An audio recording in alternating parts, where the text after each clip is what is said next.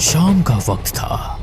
कस्बे से दूर बसे पुराने गांव भैरवपुर की गलियां हर रोज की तरह सुनसान हो चुकी थी।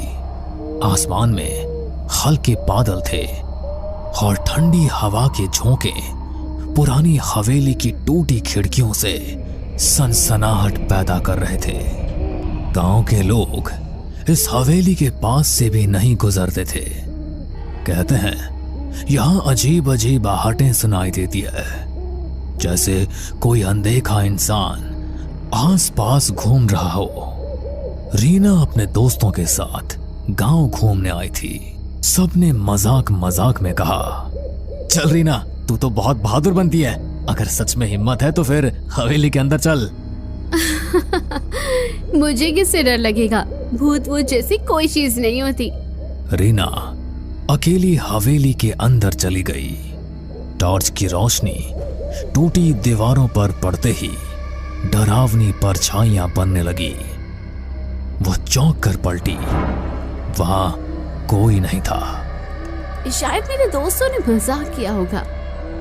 लेकिन अगले ही पल उसने टॉर्च की रोशनी में देखा, दीवार पर उसके अलावा एक और परछाई हिल रही थी।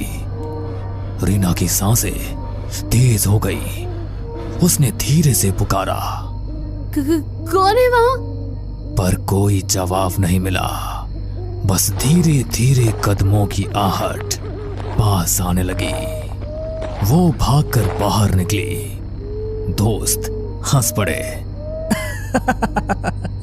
क्या हुआ, रंग उड़ गया चेहरे से? रीना कांपती आवाज में बोली, नहीं, अंदर कोई था। दोस्तों ने मजाक उड़ा दिया। लेकिन उस दिन के बाद से रीना के साथ अजीब घटनाएं होने लगी। कभी रात में उसके कमरे में किसी के चलने की आवाज आती, कभी शीशे में उसके पीछे कोई धुंधली परछाई दिखाई देती। गांव का नाई रघु रोज रात को देर तक दुकान बंद करता।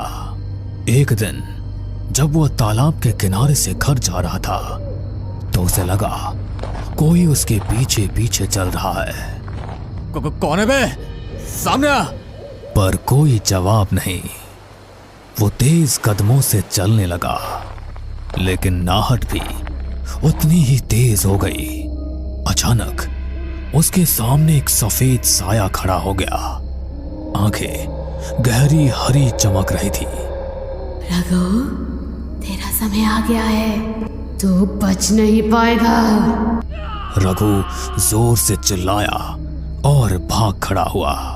अगले दिन गांव वालों ने देखा रघु पागल सा हो गया था। वो बार बार कहता, आहट मुझे ले जाएगी, आहट मुझे ले जाएगी,